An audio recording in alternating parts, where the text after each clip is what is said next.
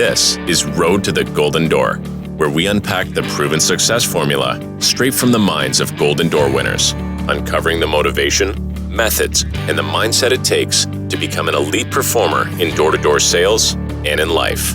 This is Road to the Golden Door. Now, here's your host, Mikey Lucas.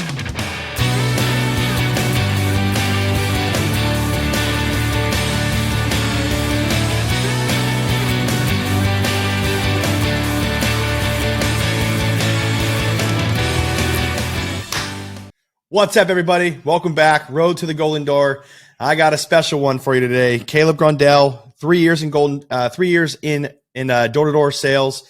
Just came off of his Golden Door award-winning year. Just saw this kid on stage, and wow, what a freaking all-star! And I'm really excited about this because the energy that this kid's about to bring, Caleb's about to bring to the show here. You better be locked, cocked, ready to rock, boys, because this one's going to be a good one. Caleb, welcome to the show.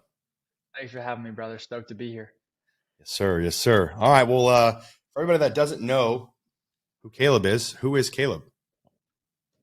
Good question. So, Caleb Grondel, obviously. I'm from Olympia, Washington. Grew up West Coast. If just like other people that aren't from Utah, probably never heard of door-to-door sales growing up.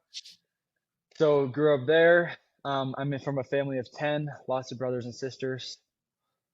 Yeah. So I think that's where I really competitive, obviously. Like to be better than my brothers at stuff, like anybody that has brothers. Played sports growing up, loved to wrestle, football, all that stuff.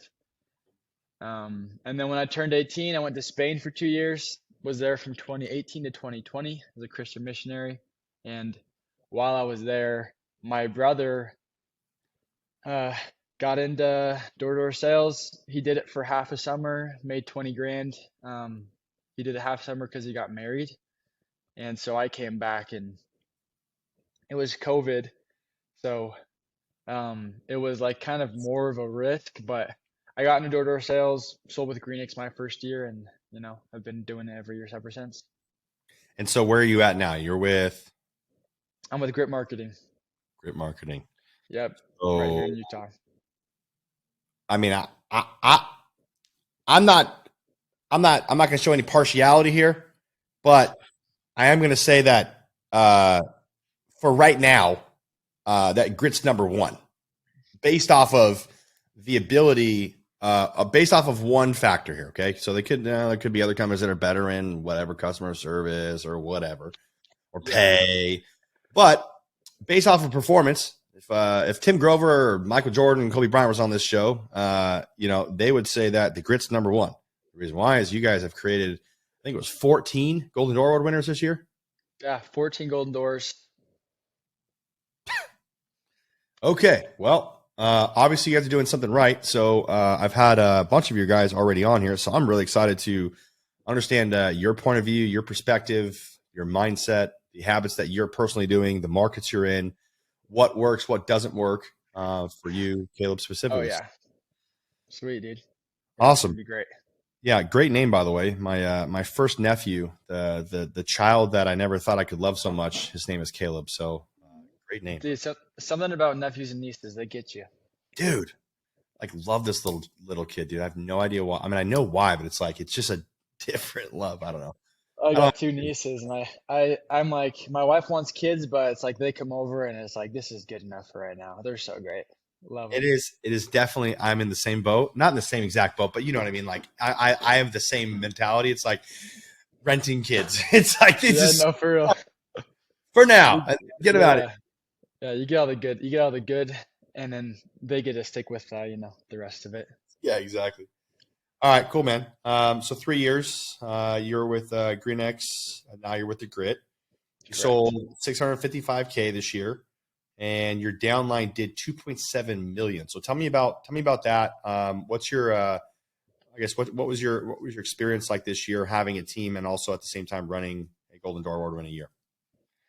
Dude, it was actually way great because it's kind of like the more you do something, the more responsibility you want to get, and like as a rookie, I just showed up and I woke up and my area was cut and I would just kind of go and sell. And like that's all you have to worry about. Same with year two. It's year two. I was blessed to have Alec Withers, a Golden Door winner, as my manager, and then Dallas Jr., who is one of the best managers at the Grit as well. Um, I had a great management from that team. So same thing. They were just like, all we want you to do this year is go out and crush it. And I did 463K. Was number 11 at the Grit year two. Excuse me, but no one knows who I am because there was 11 Golden Doors at the Grit last year. So that was that was part of it. And so going into like this year, I wanted to not only I wanted to have a big year of selling, but I also wanted to be able to help like rookies crush it and help my friends and my I ended up working with two of my brothers, so my older brother and my younger brother. And so, uh, as far as like managing, I had like a co like me, I co-managed with Dallas Jr. in this office. So it wasn't like the responsibility was wholly mine. But I was able to like I would run the trainings, like every morning I would run most of the meetings, and it was great having a partner. He would help cut area, he would like strategize the area, so it saved me so much time. Um, but it was fun, dude. It's great when you drive out to area, you drop off the kids, you come, you pick them back up, and they're stoked. They had a big day, or maybe they're not as stoked, but like they're asking questions, and just to be like that guy that they can go to, that was super fun. And so that helped me perform, knowing that cool, like I'm the manager, I've got to sell. If I'm having a slow day, I've got to have a big afternoon or a big evening. Like you just always have that like it's not like a pressure, but it's like a responsibility that I felt.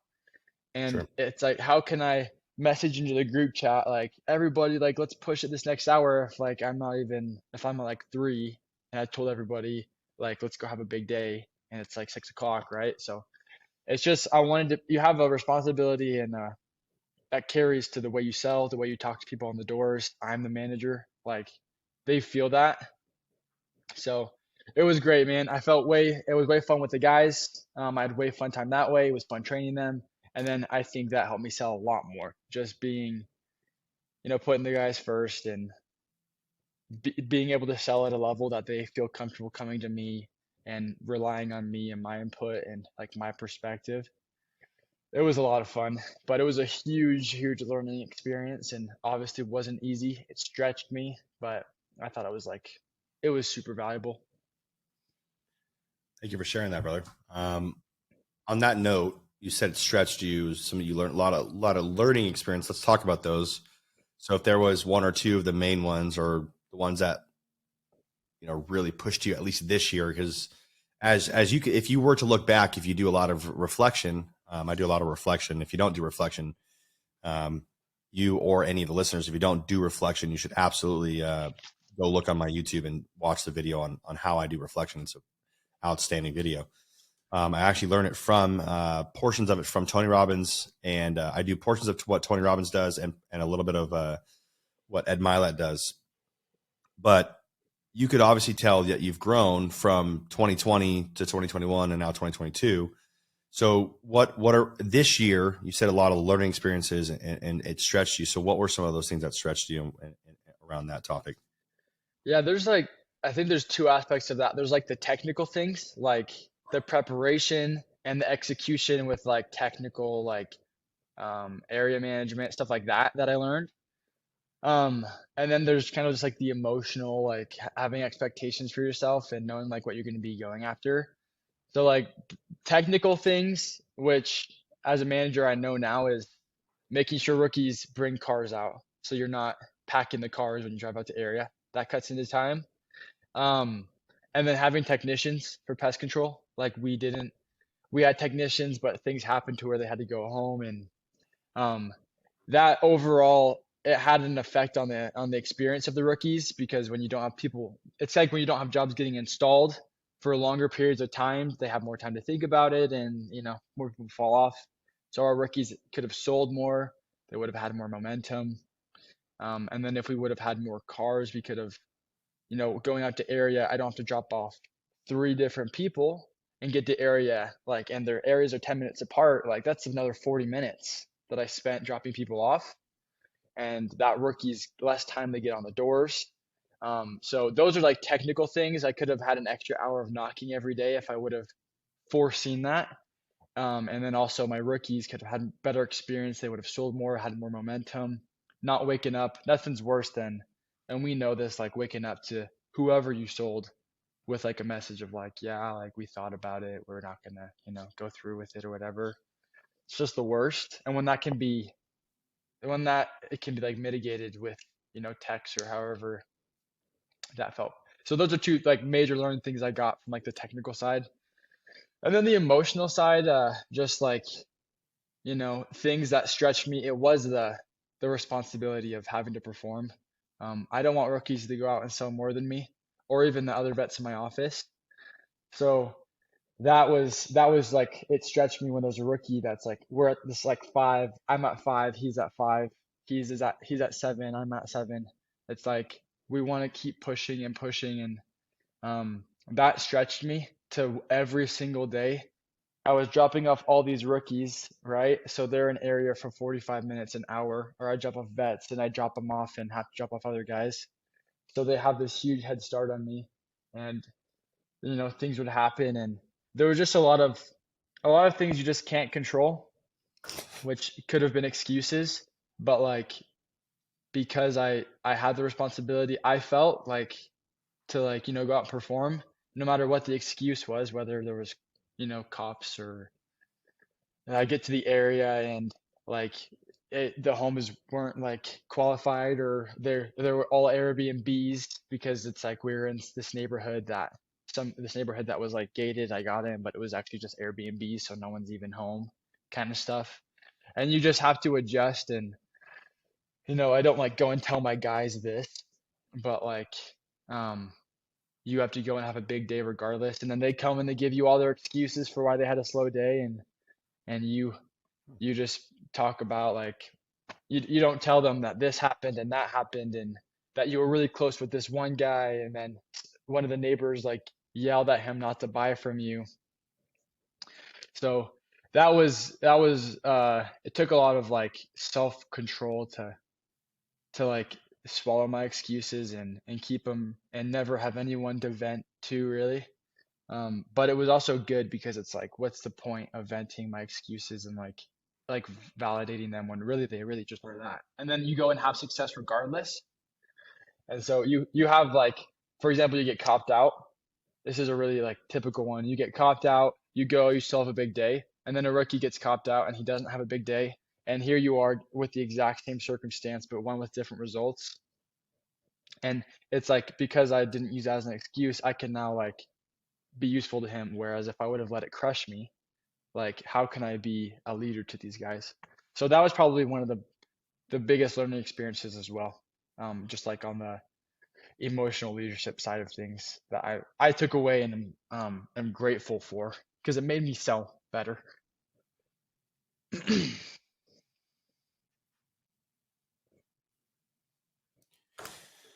Well, I'll tell you this: you're a you're a very intellectual person. It's and you're advanced in your years in door to door as a entrepreneur, business owner. Like, not many people get what you just said. What you just said was like C-suite executive style, like leader worth following. So, type of information there. So if you're not Appreciate that, making brother. multiple millions of dollars right now, so long as you keep on that path and with that mindset, you absolutely will. Like, it doesn't matter if it takes 2-3 years, 5-10 years, 20 years, you will eventually hit big. If you keep that, not only that, you'll just be happier. Uh, Yeah, you know, that's true. Yeah, I think the joy side of it, I feel for sure, like having purpose, knowing you're contributing to something that's valuable, you're helping people. And I think like a big thing that Jim Rohn has always said, and I learned it after the fact instead of before the fact, but like looking back, I see the principle. He says when you're looking for a career opportunity, like don't look at what you can get, but look at who you can become.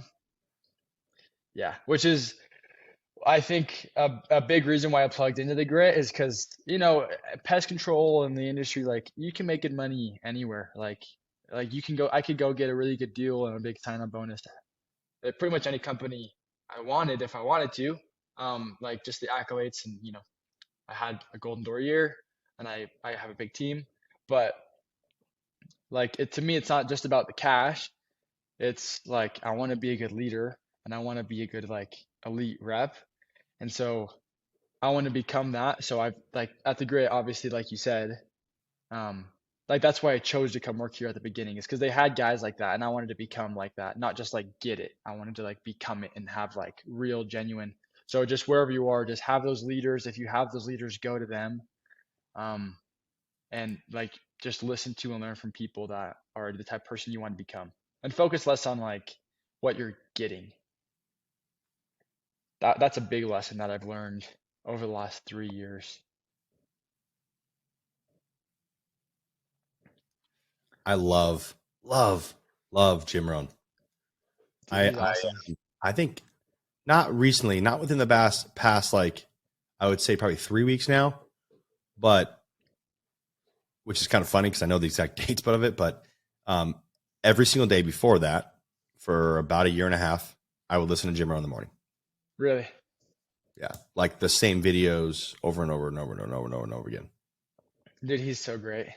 The way he just his delivery of every message, like, and you can hear it once and you can hear it again, and it can mean two different things, but it's like it's amazing. I've loved listening to it. I listened to a book before the summer, and then I came back home and I listened to it again, and you just take away. And there's Jim Rohn, but there's so many people that are so successful and have done so well, and it's like, dude, just listening to those types of people, it just like it's like nourishment to your mind, and it like flushes out everything and it clarifies the world, and it puts thoughts in your mind, and you apply it to yourself, you apply it to your team, and it's like, why wouldn't I take advice from these people? Why wouldn't I put this into practice?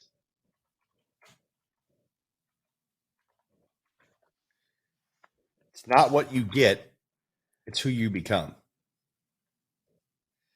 Yeah, man. Yeah, that's a big deal.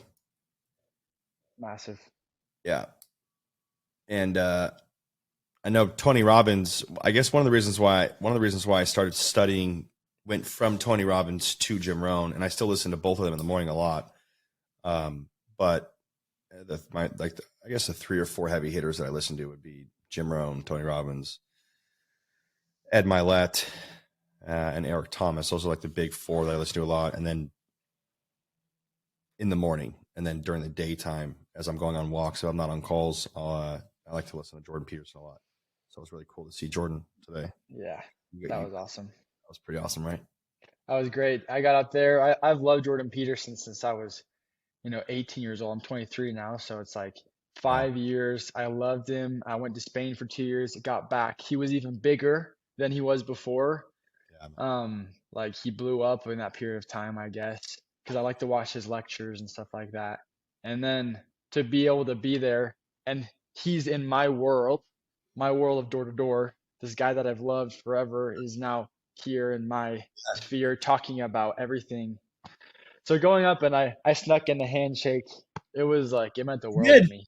Yeah, I snuck in a handshake. I walked up there, got in the line, stuck my hand out there, shook my hand, and it's like, man, how great would it be just to I noticed that is like as soon as you get one thing, you want another. It's like first I just wanted to see him, then I wanted to hear him, then I wanted to get up close, then I wanted to shake his hand, and now I want a picture and a conversation. But I'm just grateful at the end of the day to be in a room with him and listen to him articulate his thoughts and the way he thinks about things.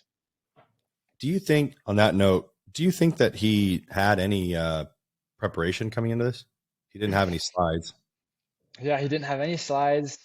That's what I was thinking too. I was like, does he just talk about goals? And he knew we were sales people. Like he knew that we did sales, and I thought it was masterful how he came out and like like the crowd went from rowdy frat boys to like curious young men. It was like it went from that, and like he asked the question, "Are you guys here just to get better as salespeople or to get better like as a person?" And then it like got a little bit quiet and like serious. It was like, "Are you here to just be a better person or to be a better person and help everyone around you?" And like just like that, he took everybody out of this box and put them into this box. And then he could talk about pretty much anything he wanted after that. But I mean, I think he's so good at speaking and reading the crowd, and um, yeah, I don't know. I mean, I bet his whole career is preparation for that. I think, bro. I don't know. Maybe he did have some points lined up, but it was amazing. Yeah. Yeah. I don't, and that's kind of, I agree with you on that. I think the same thing. I don't, he didn't have any slides or anything like that. I felt that like, again, his whole career lined up for that. He knew he's done that so many times. Like when you hit when you hit your platinum, your third Golden Door Award in a row. So in 2 years, again, when you're interviewed for the probably like third or fourth time on this podcast, you know, it's just going to be like, you're just going to be talking out of, this is what I do. This is what I do. Hmm. I was so impressed. I was so impressed with Jordan's speech. Man, I was just dumbfounded the whole time, like how well he could flow and then completely change the topic and then just go again. So that was I was fanboy for sure. I almost ran up there. I didn't, because I knew that I didn't want to start. I tend to be a trend starter. So if I would have ran up from the back, I wasn't in the back, but I was like right in the middle, right behind VIP. And I Yeah, knew if I ran up, then people would have started storming it, and I didn't want to do all that out of respect for Jordan. So yeah. There was that's there was a lot of people up there, saw and that, saw that. I think the coolest part for me was like his demographic and who's loved him. It's not like he does it towards any one demographic, but the one that has really taken to it the most has been just like young guys, like young Oh yeah, men that want to get better. So when I went up there and I saw him walking down the stairs and I actually got a video of it, he was like almost emotional. yeah, um it looked just like, to me it felt, and it looked so genuine how much joy and like how happy he was, that there was all of these young men that were so excited to see him and so happy to see him, because he goes to a lot of places and he gets to like the kind of like the opposite, yeah, you know, welcome. But like with us, it was everyone was so stoked to see him. Everyone was so happy. Everyone loved like his speech, and we were all like that demographic of not only like young guys, but young guys that a lot of them paid money to be there, just to be better people and better salespeople. And he was like, I could just feel it, and it was like, this is so cool. Like his speech was amazing. Like I took a lot out of it, and yeah, people were definitely moved by it. So yeah, it was an awesome experience. yeah, man. Cool. Let's transition back because I can talk about Jordan Peterson and Ramon and Tony all day long. Oh, same dude. But I want to talk about Caleb. It is important to me to know what foundation you've built, and now knowing that a lot of that foundation was Jordan Peterson prior to him blowing up. I mean, he was big, but now he's like Yeah, he's big. You know, yeah. his book 12 Rules for Life, Antidote for Hmm. Chaos. I thought that book was outstanding. Okay, let's go back to. I'm going to go back to this leadership statement you said a second ago, and I want you to touch on this for me because this is something that I think as Golden Door Award winners, when they're trying to run an office, trying to run multiple things at one time, something that I've personally struggled with, still struggle with technically, but I struggle better now. I struggle well now through it. It Yeah. hasn't gone away, but I struggle better now because I put emphasis on it. I got called out multiple times on it, so I had to adjust, and I'll tell you what I mean by that here in a second. But I had to adjust how I release this negative energy. You said not telling your reps the bad that's happening, but keeping a positive mental attitude, if you will. It's what I wrote down. I wanted you to talk about that just briefly, because I know that I would almost want you to go into more of the implementation, the practical stuff, so that people can understand why that is so massively important to not complain to your reps. Yeah. Uh, and I mean, let's play Jordan Peterson here. You've got one side of it that you can absolutely go that route, or you can go the other route, and you pretty much get to choose one or the other. And like you said, it was hard for you. You had to discipline yourself to keep a positive mental attitude, especially around your guys. I want to know, one, who taught you that? Is that inside the culture of the grit? Is that like upper leadership telling you, reminding you of that? Is that what that is? Or B, is that somebody like a Jordan Peterson or Jim Rohn keeping, because obviously Jim Rohn that's his whole thing is positive mental attitude. So where does that come from? Why did you struggle with that? And how did you obviously struggled well through it. So tell me about that. Dude, good question. I think, yeah, so the principle there for me is when I succeed, I can tell them like I think it's important for reps to know like we go through the same stuff, but that we succeed in spite of, and we don't fail because of, and it can be the exact same like cops or like tough day or whatever that like I go through like I can be vocal and like dude like I got copped out today, like it was tough, but like I want to have that big day, and I still have a big day in spite of this. And then when you do that, then like it's instilling in reps that like if I have a slower day and my first thing is, oh yeah, it was because of this and this. Now as soon as that happens to the rep, now they're like conditioned to believe, oh, this my manager, when this happens to him, he has a slow day, so now I'm doomed to have like a slow day. Where so it's very like the goal is, and I mean no one's perfect at it, but like as a manager, I want to be the one that can when I want to succeed in spite of those. And so when I have tough things that happen to me, it almost is like I want to succeed even more, so that way I can go and like I can be like it's not bragging, but it's like this is what happened, and like it happens to all of us. But like in spite of that, I was still able to have a good day. So when a rookie calls me and tells me like, dude, I just got copped out, like today's gonna suck. It's like, dude, no, it's not. Today can be a great day.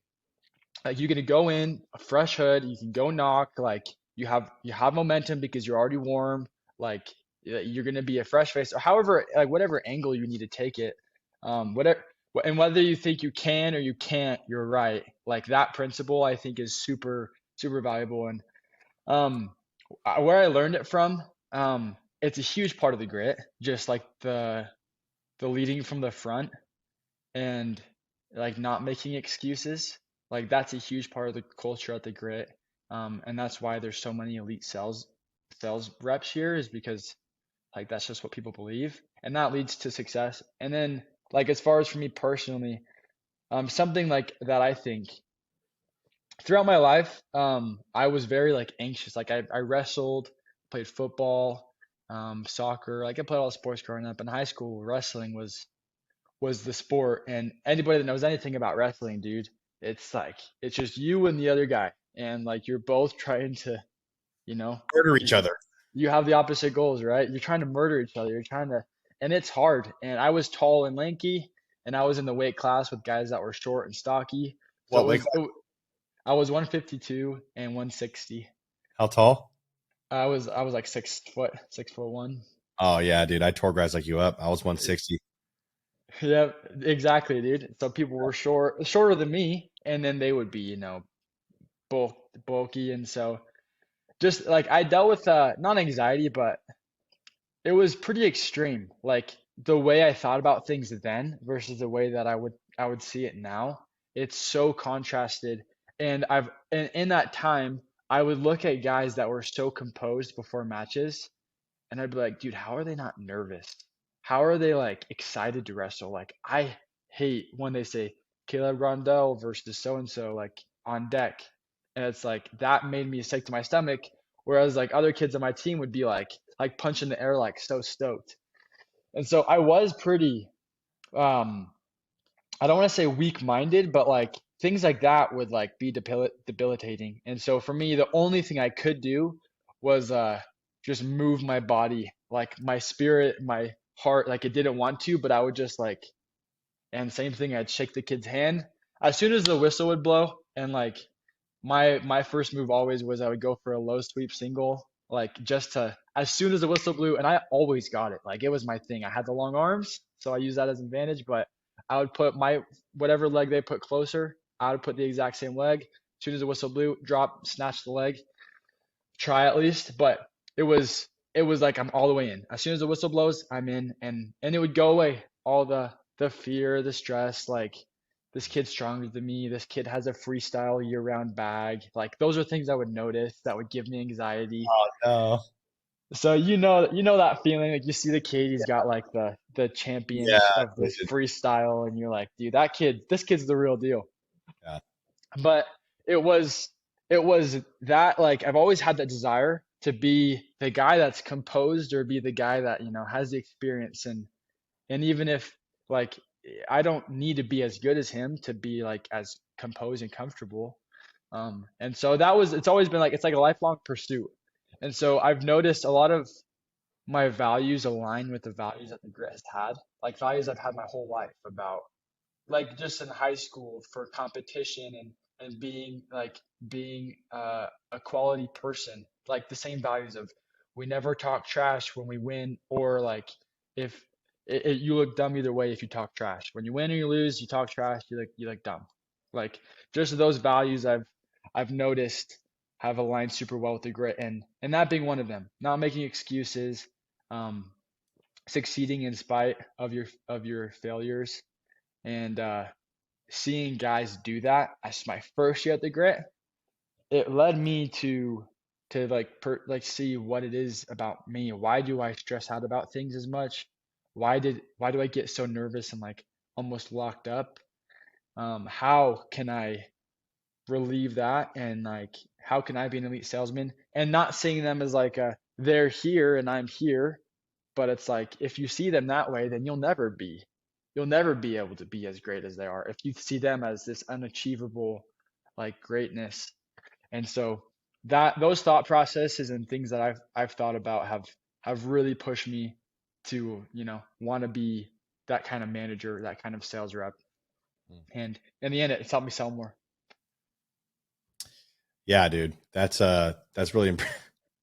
A long-winded response, but I think, yeah, that's where it's come from. I think wrestling, yeah, I think wrestlers do well at this job. Like every time I meet a wrestler, like Drew Hansen was a wrestler, He and his was.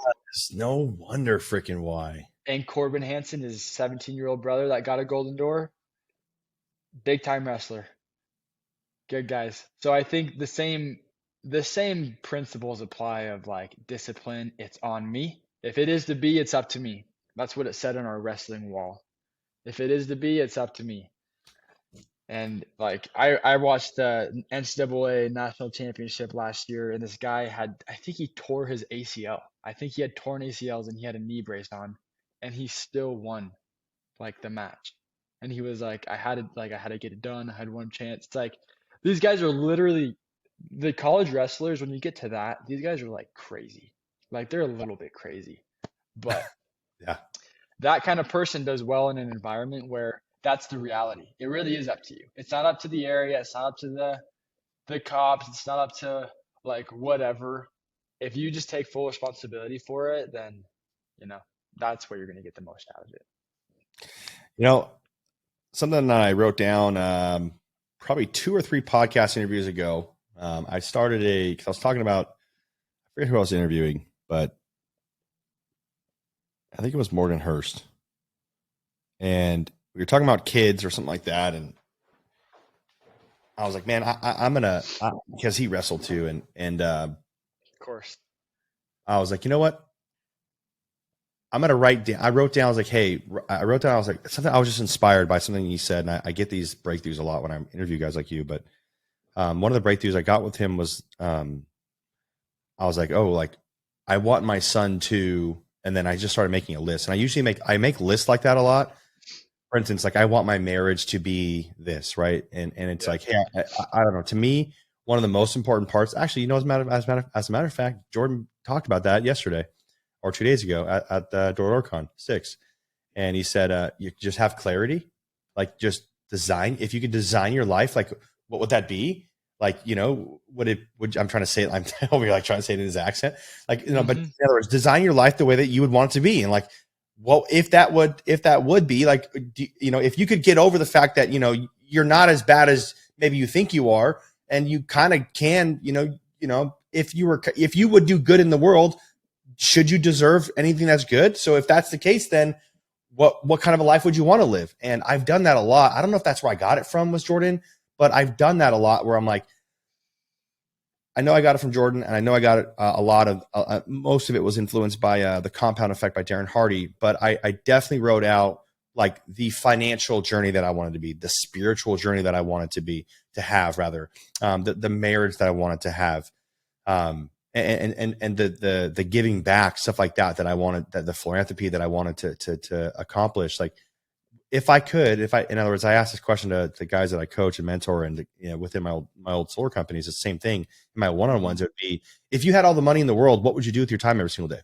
If you had all the money in the world, what would you do? Who would you give money to? What problems would you solve? And generally speaking, it gets, because people never ask that. Like, I don't know. I guess it's just like I'm a philosopher or something, I guess. But Yeah. I care about things like that. That stuff to me is really super important, because I want to know, like Jordan Peterson's, I think the third rules, I have it pulled up right here. The third rule for life is make friends with people who want the best for you. And I want, it's like the whole, like, treat others how you want to be treated. Like the biblical concept behind that. Like I want to be around people that want the best for me, but I'm going to, like, I want the best for Caleb.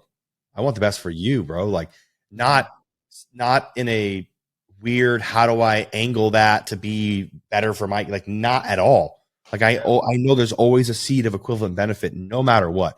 There's, not just the law of reciprocity. Like I expect something ever, because when people expect something, you can tell. And with that kind of a leader, I think that those people are the ones that leverage rather than mentor people.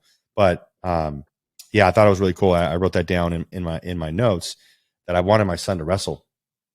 My son will absolutely wrestle at a young age. I didn't get into wrestling until high school. My son will absolutely wrestle at a young age. Wrestling was by far the hardest thing I ever have done in my entire life. Wrestling was harder than knocking on doors in the middle of the freezing cold in Chicago, and harder than knocking in 115, 120 degrees in the middle of summer in Vegas. It was so hard. Wrestling was harder than that. Yeah, it really is. Yeah. I think in like being super young, I did like I started wrestling when I was like 7, 8. Like I did a freestyle. Yeah, I stopped wrestling because of the anxiety it gave me. Like I would get so sick before going to practice, and I would get so sick when I would walk up the stairs and I would smell the mat.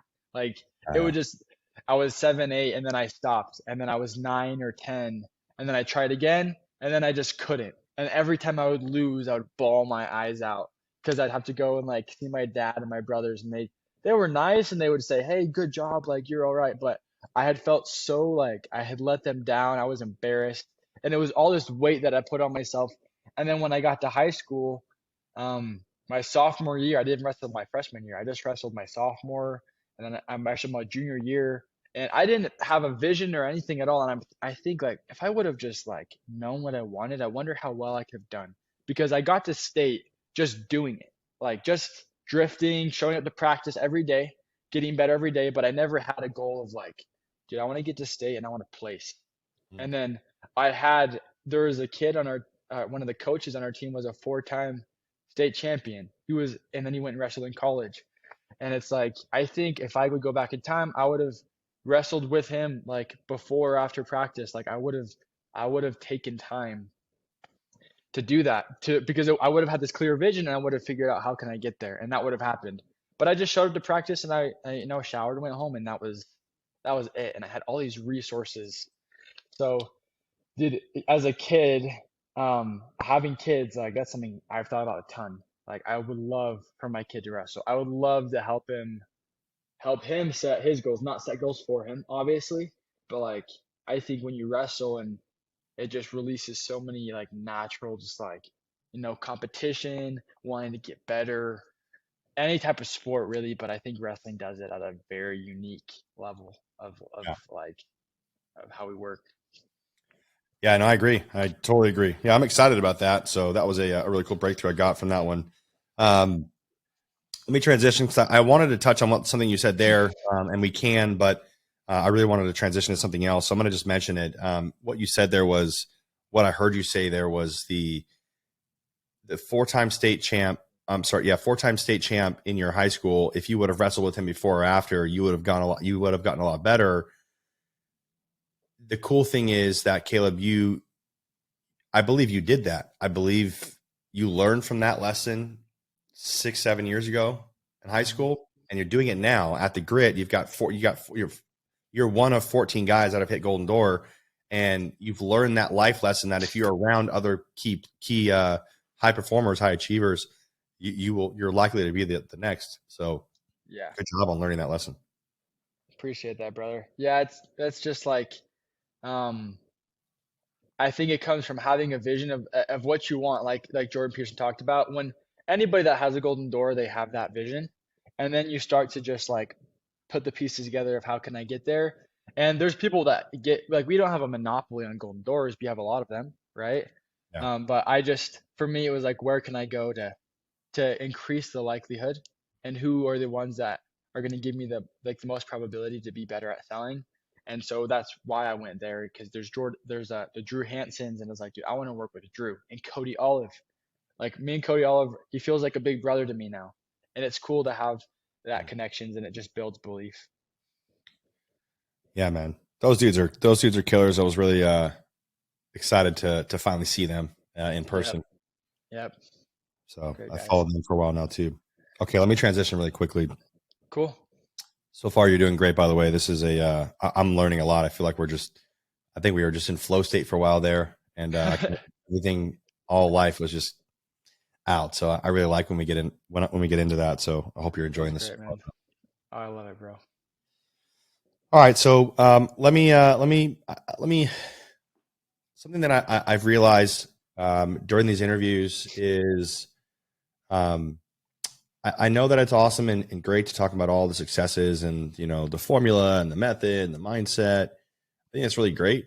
Obviously, like you got to keep a positive mental attitude. You got to shield and protect your guys from all the negativity that's out there. Or this is or it's going to go down like cancer. It's negativity is like cancer. It's going to bleed through your whole organization, and eventually it's going to go down. But I want to talk about what Caleb struggles with. I want to talk about the bad side. So let's talk about some of the things that you messed up with this year during your Golden Door year. Some of the big mistakes or things that you struggle with now. So I'll give you the floor.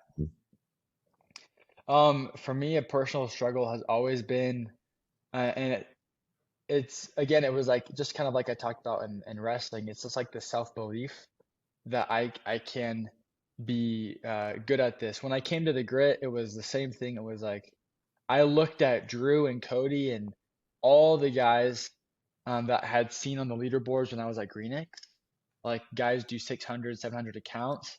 I looked at them and I saw them on like a pedestal as like almost non-human, like very like not a normal person.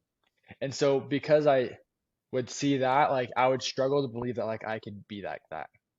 And so when when people would tell me to do affirmations, like uh that's a big thing that people will do. Like for me, saying I will sell 10 today or I will sell 5 today, it didn't make me feel better. It actually would like make me feel more stressed.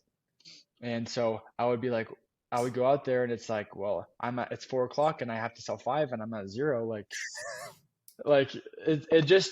so for me, it was like figuring out, um, what actually works. How should I think?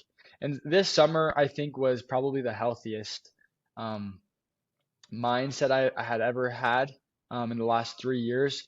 My first year, I was going through like really like tough personal stuff, and my second year as well. Like like my second year reminded me of the first year because it was like, the same triggers, dogs barking, stuff.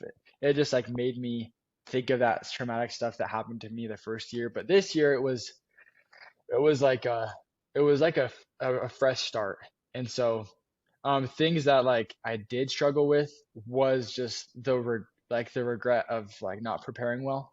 Um, like for example, like the technician and like the car situation, and we had put our office not knowing, like it was just we just didn't know. Like it was in about an hour from like where we would end up spending the majority of the summer knocking.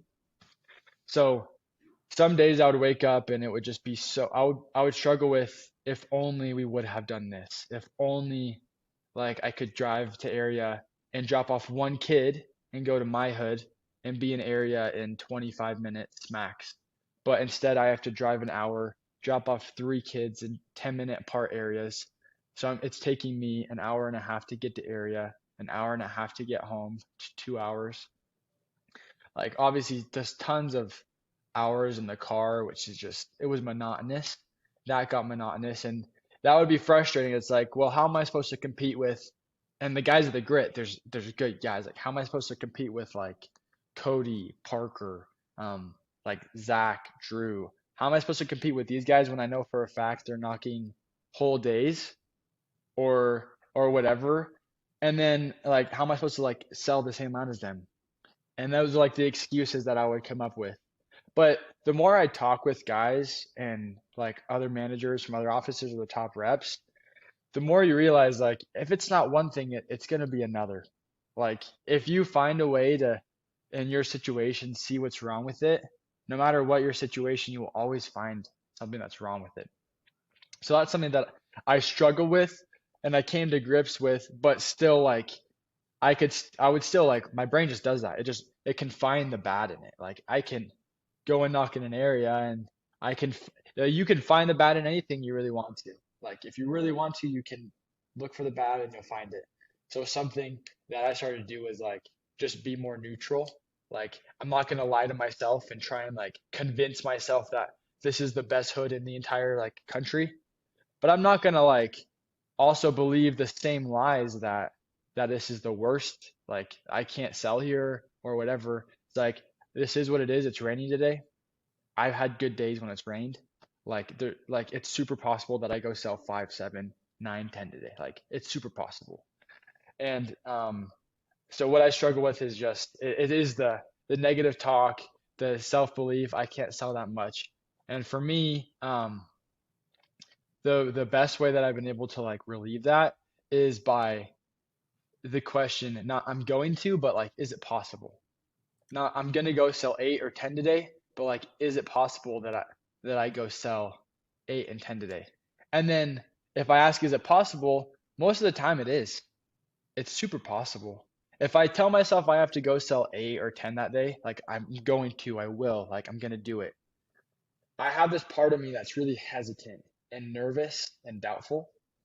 Um, and that I feel that strongly. Where when I say, dude, is it possible that you go sell 7, 8 today? Or is it possible that you go have one of these days this summer, one of the hardest days, went and knocked this place one day, went back the next day, but just the way Active works, there's these things called gray pins, which you can't sell. It's just you're not allowed to sell the homeowner for whatever reason. So I had gone there, the rest of the neighborhood was gray pins, and I didn't know that. So I needed to move. So I call not corporate, but I call the guy that's cutting the area for us. He takes me to one neighborhood. I drive the 25 minutes, 30 minutes. Keep in mind, it's like 4 o'clock, 4:30. I'm at 2. And so I drive to this place and it's gated. And like not just like gated, but like gated. Like there's an officer, you have to have like a lanyard with like or whatever to get into it. It's a Don't vacationing. tell me you went into this thing.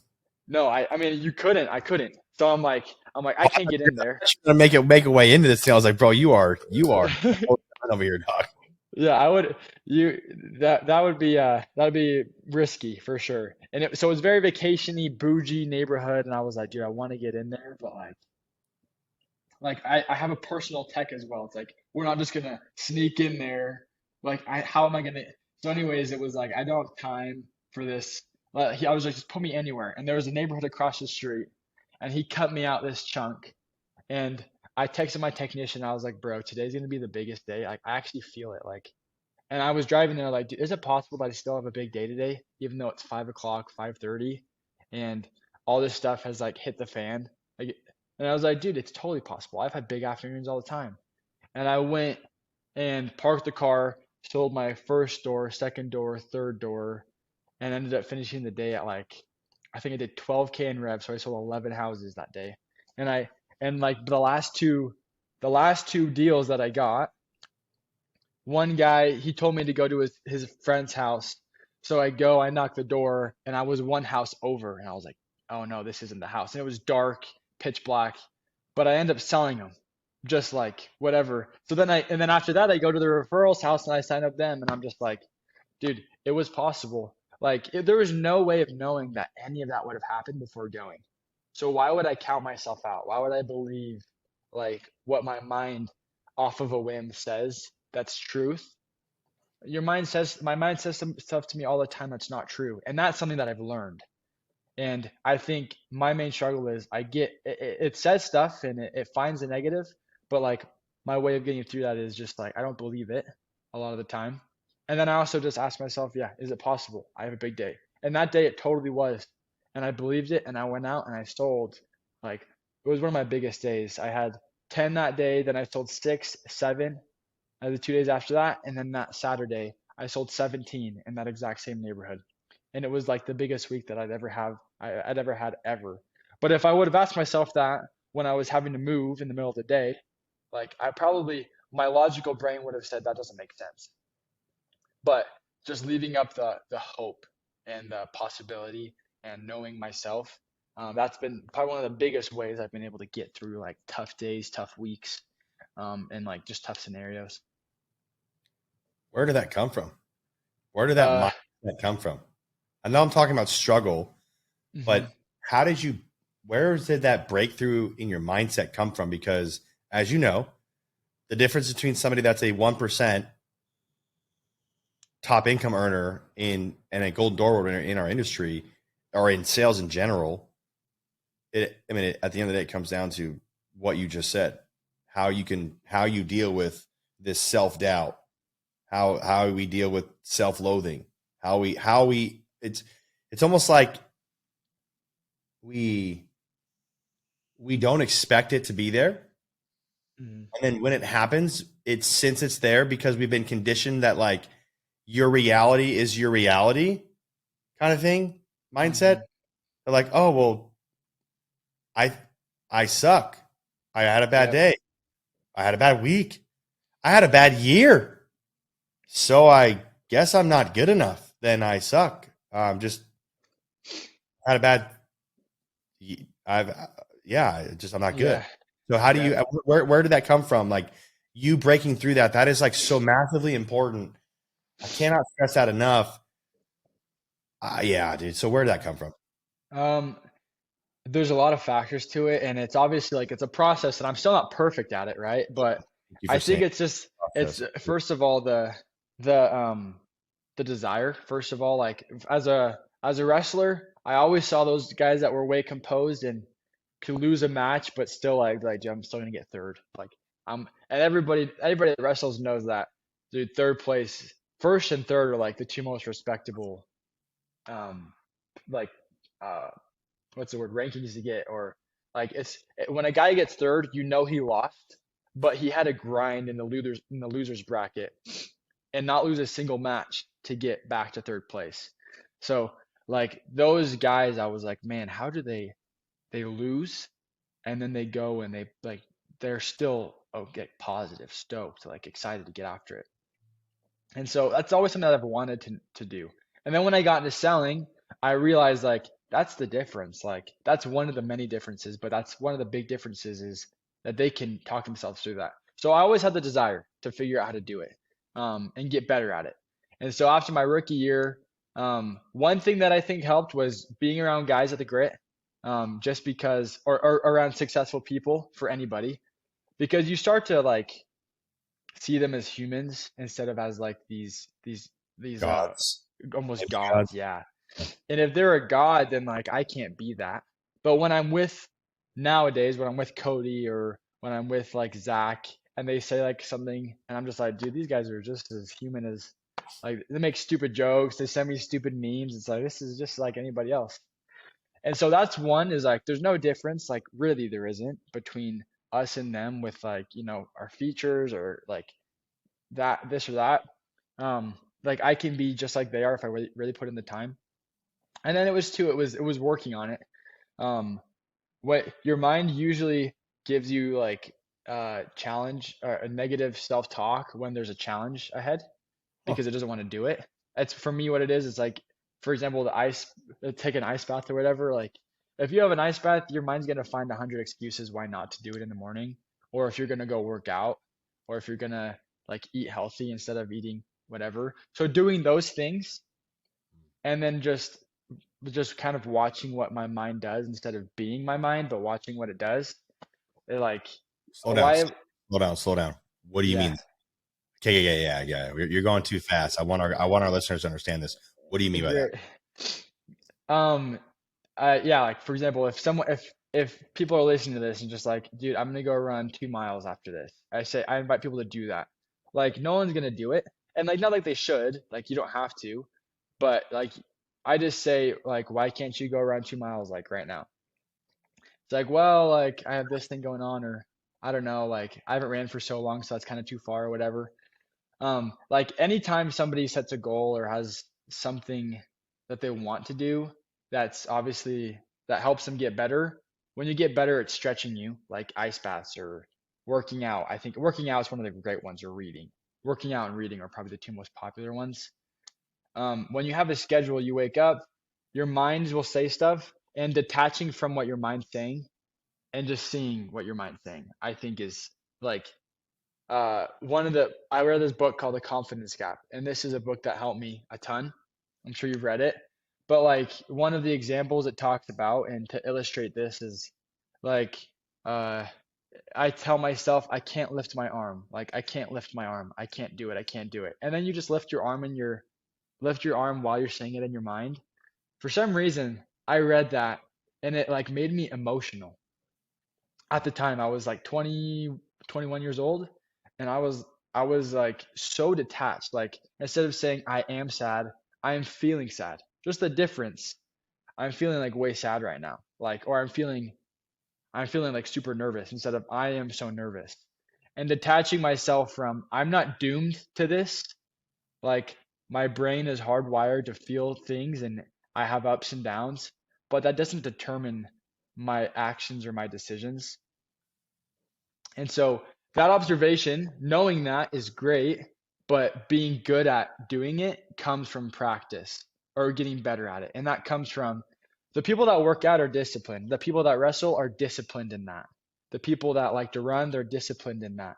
And so however people want to do it, whether it's reading, working out, doing something that's like challenging, um, and then and doing that consistently, you'll start to understand yourself better and know yourself better. And then when it translates to selling, like, dude, if the way you do anything is the way you do everything. If you get up and you go to the workout and you observe all these things saying you don't want to do it, but you just do it anyways, the same thing is going to happen when you're selling.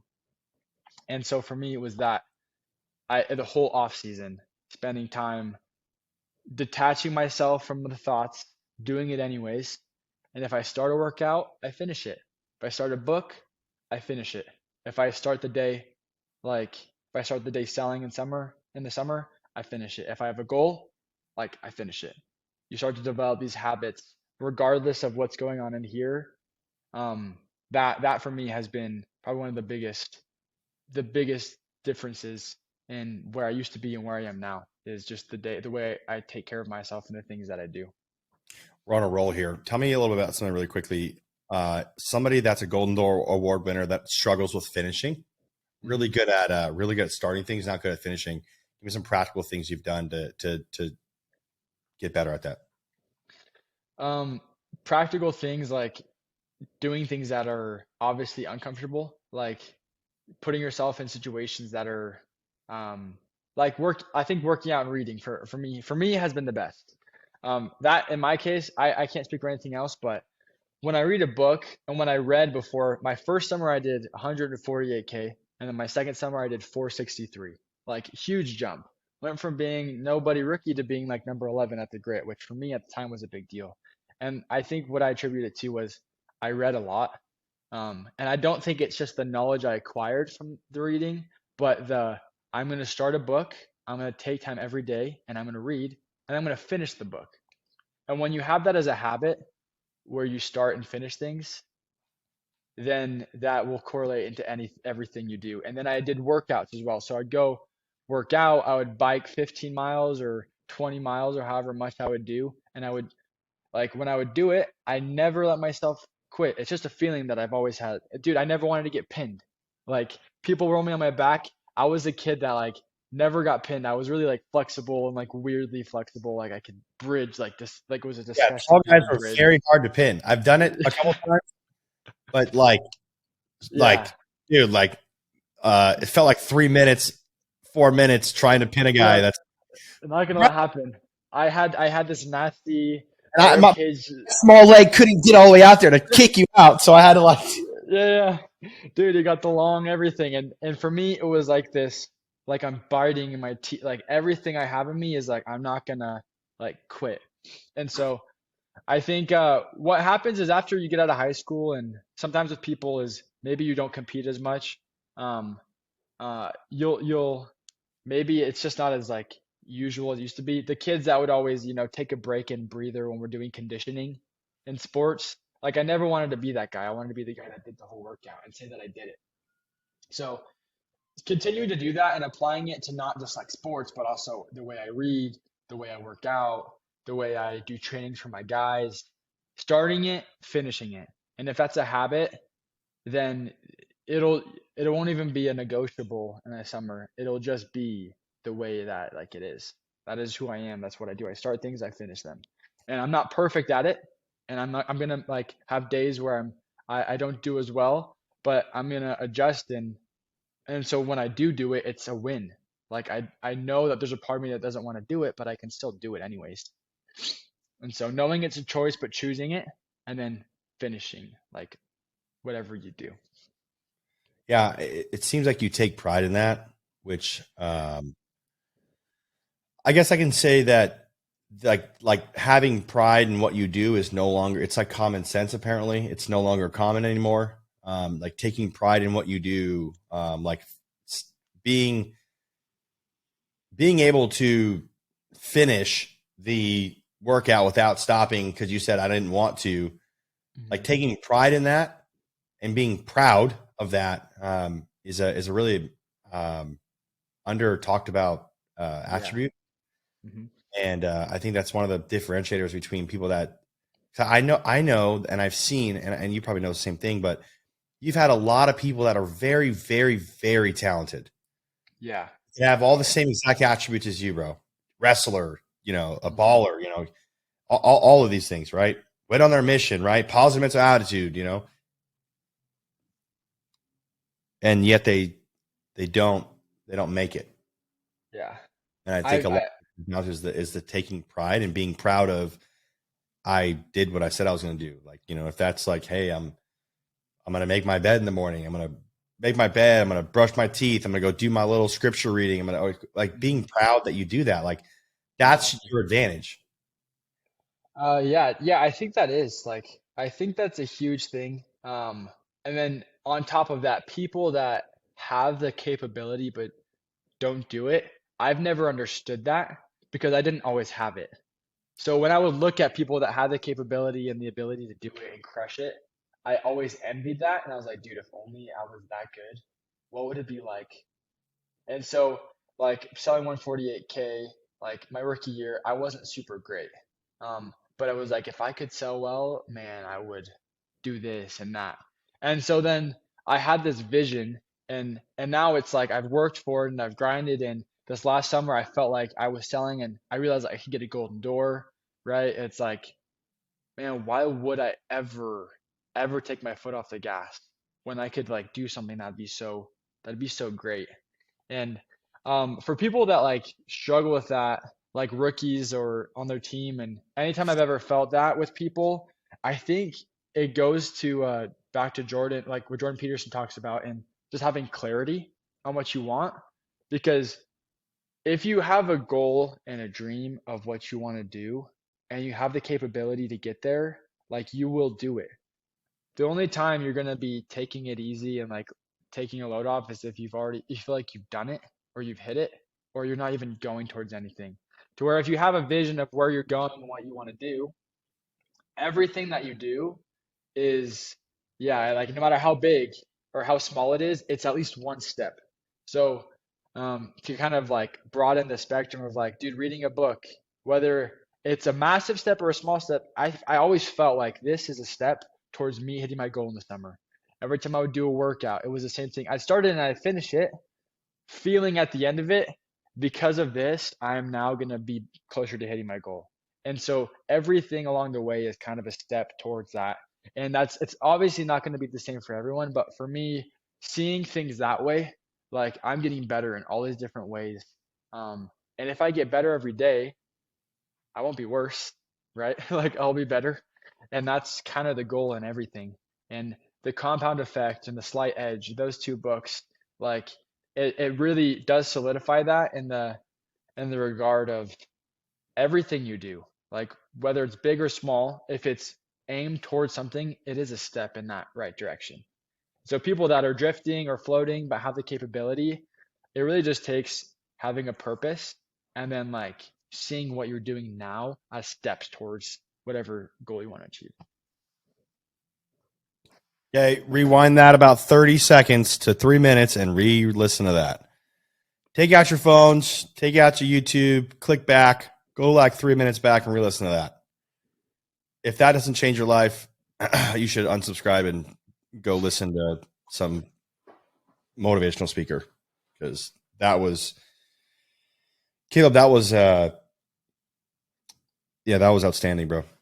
Wow. Appreciate it, brother. Wow.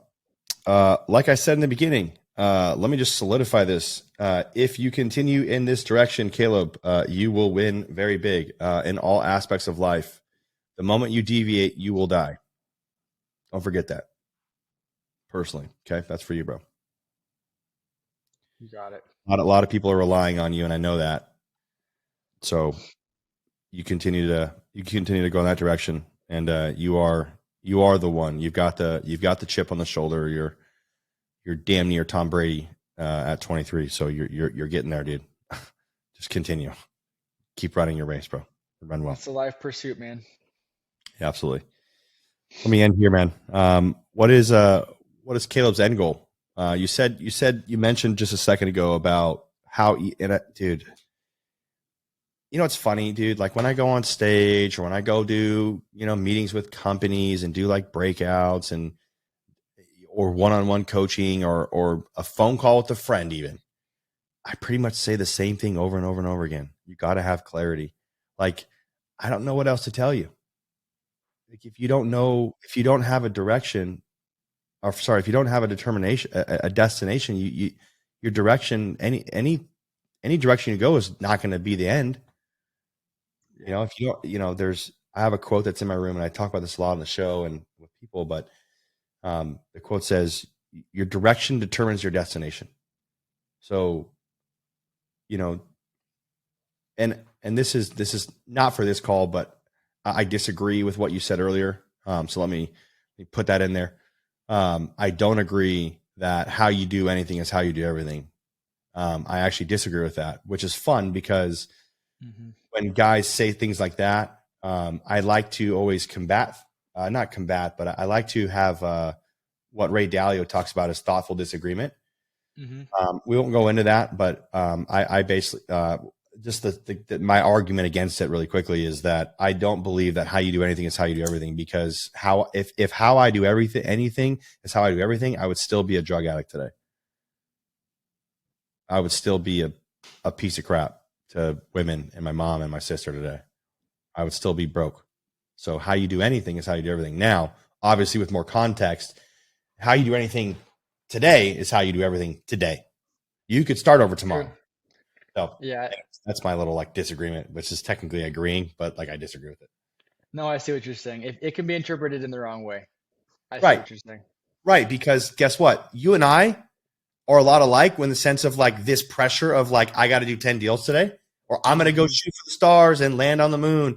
No, I'm gonna do one today. And then when I get that one, I don't go home. I'm not I'm done now. I did what I said I was going to do. I'm like, okay, cool. I got one. Perfect. Let's go get the second one now. I Exactly. don't, I don't, I am the same way as you. And I think more people are like us I think more people are like us in the sense of setting goals, lowering the bar of expectations so we can actually get smaller compounding wins. But they don't want to admit that, or they don't realize it. They don't have clarity on that. Hmm. So they end up trying to shoot for, in solar 2 a day or 3 a day or, 5 appointments in a day and can't get the Yep. one. And it's 4 o'clock in the afternoon. They haven't even gotten one appointment yet in solar, or, they haven't even got one or two sales and they're trying to hit 10 Yeah. in tests. Right. And it's debilitating. You want to talk about self-doubt. Yeah. It's debilitating, let alone if, you get copped out, you get HOA, president, gets you, Yep. kicks you out, whatever. That's a really interesting point of view. I realized that, but I didn't know how to talk about that. And I really appreciate you sharing that. That's my major breakthrough of the show. So thank you for that. Great. Hey, Um, glad it was worth something. 100%, dude. I always learn something on these freaking shows, dude. I'm like, oh my gosh, the whole, the Jordan Peterson quote of, I'm gonna butcher it. It's over here. I can pull it up, but, it's the always assume somebody on the other side of the table has something that they can teach you. And that to me is really important. What is it? How does he say it? Assume that the person you are listening to might know something that you don't. That was a quote in my old house. Mhm. I had three of the 12 principles. That was one of my favorite quotes of the 12. I didn't want to print out all 12. I bought these like $250. I printed those out from like Etsy, I think is what it was. And then I Yep. got them framed, but I got them custom framed. Don't know why I got them custom framed. Apparently could have gone to Target or Walmart, but I paid like $250. So in other words, it made It it was a felt big one. good with $1,000 basically worth of Jordan Peterson quotes on my wall behind me. It was very important to me because I thought it was important.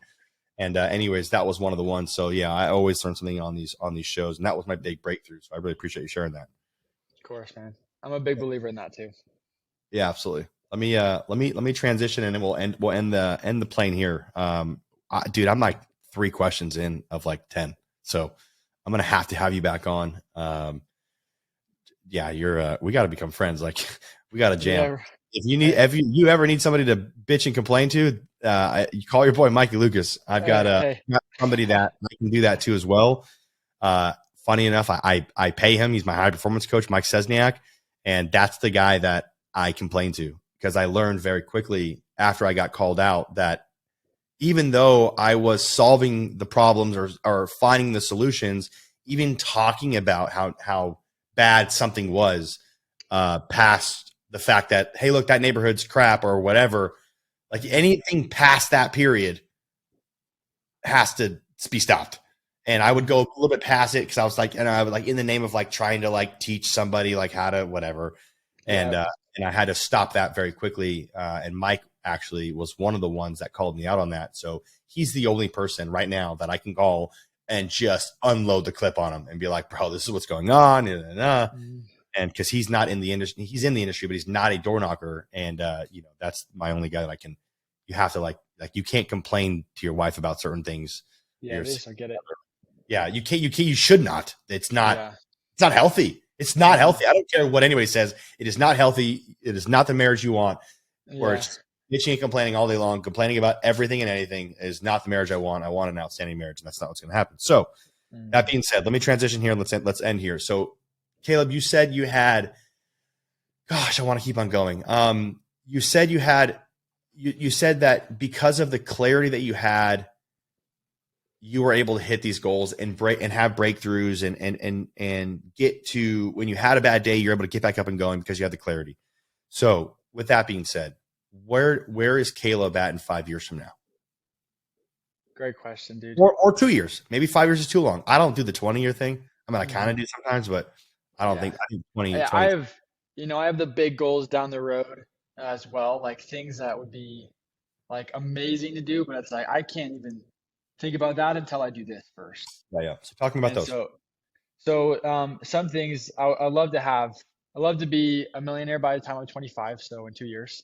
That's one that was like always a vague one. As like a 20, 21-year-old, I thought would be super cool. But now it's kind of like really been more specific, and it's like, no, like that's something I'm gonna do.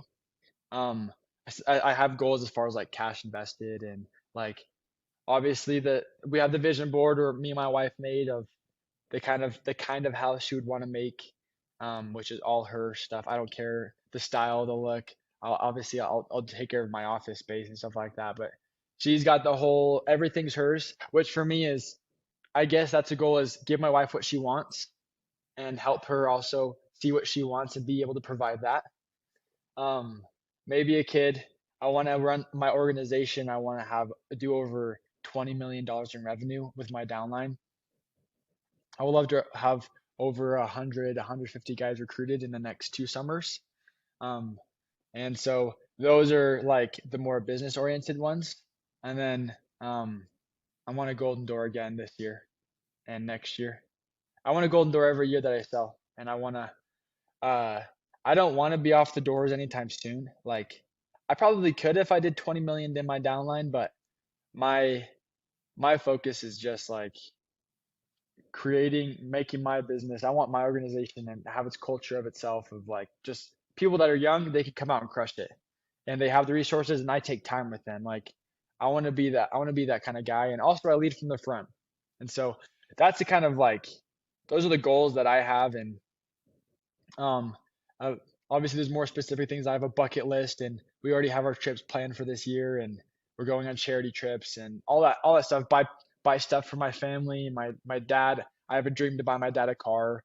And so there's lots of fun things like that that I think about, but the most important thing is like the type of person that I want to become, and all those goals kind of align with that. Like, I think of, cool, if I want to be a millionaire by the time I'm 25, or if I want to be a Golden Door rep, what does that person look like? What does Golden Door Caleb look like? Or what does millionaire Caleb look like? Like, what does he do? What kind of books does he read? What kind of podcast does he listen to? And just asking myself that, then I start to do all the things like today. Because today, really, like you're saying, is what do I do with my time? It's like, well, millionaire Caleb's gonna be really interested in books that Mikey talks about: Money Master the Game, Profit First. That's the kind of person, and then those values just become something that like you look for. And so something that like I talked about on our Golden Door panel is really, I thought, cool, what does Golden Door Caleb look like? And then I just do all those things that I imagine he would do. And when you do those things, you start to become that kind of person. So like my vision is obviously 5 years. Like, I have really great examples of what it can look like John Taylor is an absolute stud, Ben Egan, Nielsen, Garth Massey, Drew Hansen. Like, I look at them and it's like, cool, I want to be just like that. I want to be the leader of an organization of guys where they don't look at me like I'm a boss, but like I'm their friend, and like we're all crushing it together, and like I can help add value to them so that they can go and do the exact same thing. So yeah, those are just a few of the goals. Visit lots of countries, go back to Spain, spend time in South Central America doing charity work is like my dream. I love that stuff. Have freedom, lots of cash invested. Like, obviously there's more specific stuff, but that's just kind of like, the brief. Yeah. The brief Yeah. That's all frame. I was looking for. I appreciate that.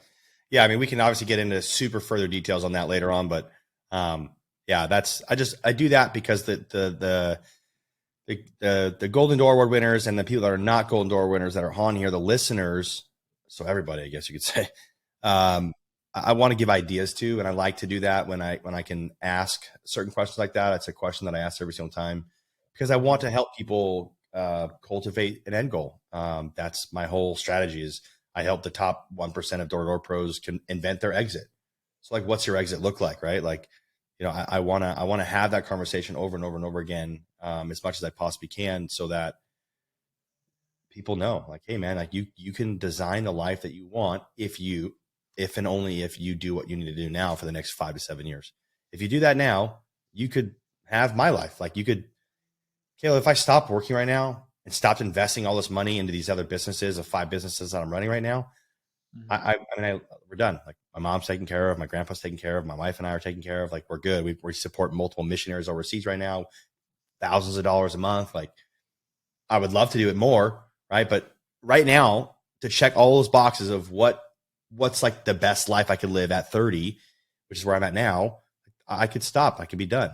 You could have that too. Everyone can have that as well if they just, understood what they wanted for one, and then two, just sacrifice the 5 to 7 years to get there. It's not as complicated as we make it. Success leaves clues, bro. Like, ask what successful people have done, and then go do it. And then go do Yeah, it. that's true, bro. God, what a magnificent concept. Really, dude. It Oh, is. That's yeah. awesome. Well, I respect that like crazy tons, and hopefully in 5 years I'm in a similar situation. Maybe longer, but hey, we'll see Kidding what me, happens. bro? No, you'll probably have it. You'll probably have that done in 3 years, dude. And then what's crazy about that, Caleb, is that the same thing where I'm at now. The reason why I haven't stopped working, because people are probably like, why does he stop work? Why does he stop working then? And the reason why is because I don't want to support with 4 digits a month in donating to missionaries overseas. I want it to be at five figures a month, 6 figures a month. And the reason why I don't stop is because that's why I want that. That's one of many things that I want to do to give back. And I get that question asked me a lot, like, what motivates you? Like, how do you stay motivated? And I'm like, bro, like, go overseas, go look at poverty, go try to solve problems overseas. Go into your inner city and go talk to the kids at the Boys and Girls Club. Go talk to the kids at the YMCA. Like, go in the inner city or even in your neighborhood. Like, still, like, there's self-doubt even with the rich kids, like, or whatever. Like, they go and help people, like, change lives, make the world Yep. a better place. Yeah. If you can, you should. Yep. And 1,000%. and I can, so I'm going to. And it's like, we top performers, high income earners get a lot of backlash a lot. But I think that's one of the most important parts is that most of them, there is obviously bad apples, but I would say maybe 5 to 10% are bad apples, maybe 15% are bad apples in the top 1% of income earner brackets and net worths. But So true. we actually we want to leave the world a better place. Like, the Yeah. people that I'm around, these multimillionaires, these people are, Mhm. dude, like, some of the most genuine people I've ever been around that have up leveled my game where I want to give more. And that's why I'm not settling. I never will settle, even though I'm technically have the ability to retire right now and stop, and I can go travel the world. Like, my wife can stop working. We can go buy our $3 billion catamaran, like, right now, and travel the world and never have to and be stopped. And dude, I've got enough mailbox money. I can stop right now, but I don't want to. Mhm. That it's because I don't know. To me, that would be self-seeking, self-satisfying, whatever. Like, it Yeah. would be more about me. And I don't know. I've conditioned my brain that when I start thinking about me more, it's um, I'm not happy, and I don't want to say it. Exactly. The goal is to No, be it's happy, true. but like, I'm unhappy, and I realize that I'm aware of that. I'm very conscious of that when it's serving only Mikey. Obviously, you have to serve yourself, especially in, like, my recovery. Like, I realized that, like, I had to make myself better and get better to be able to even ever help anybody ever else out. Like, I knew that, Yeah. but once you stop caring about others, I don't know. I think people, Yeah. but yeah, people just become, I don't know, bitter, angry, resentful. Yeah, exactly. It would be for me personally, just to kind of like finish that point off. It's like, dude, it would be really hard for me to go out and have like a massive summer if I was the only person that like benefited. Yeah, Like it would be like if my wife had to like keep working or whatever, and like my guys didn't get like I. It just is really hard to imagine. And I think The Go Giver is one of the most beautiful books because it's like you're saying, the majority of people that make money, like the reason they do it is because they're genuine people. They have goals, visions, and then they make it happen. And so it's just sad because I think that's another thing that I learned because that's how I grew up seeing, wealthy people just from like where I was at. And it's been crazy to see like, no, like, dude, these people are like genuine. The majority of people that I work with, all the people that I've met that have been on the doors even, like that have had a lot of success. It's it's because they have goals, they have clarity. Their goals are rarely self-centered, because it's really hard to hit something that isn't like it's a lot easier to do something when it's not just about you. So they're passionate about it. They figure out how to help themselves be better, and then they get after it. And it's always to help them, their families, and then be able to make, like Casey Boss says it, like a dent on the world. Like you want to make a dent in the world, you've gotta do more than just clock in, clock out. So yeah, I love that. Love that. Casey's a legend, bro. Absolute legend.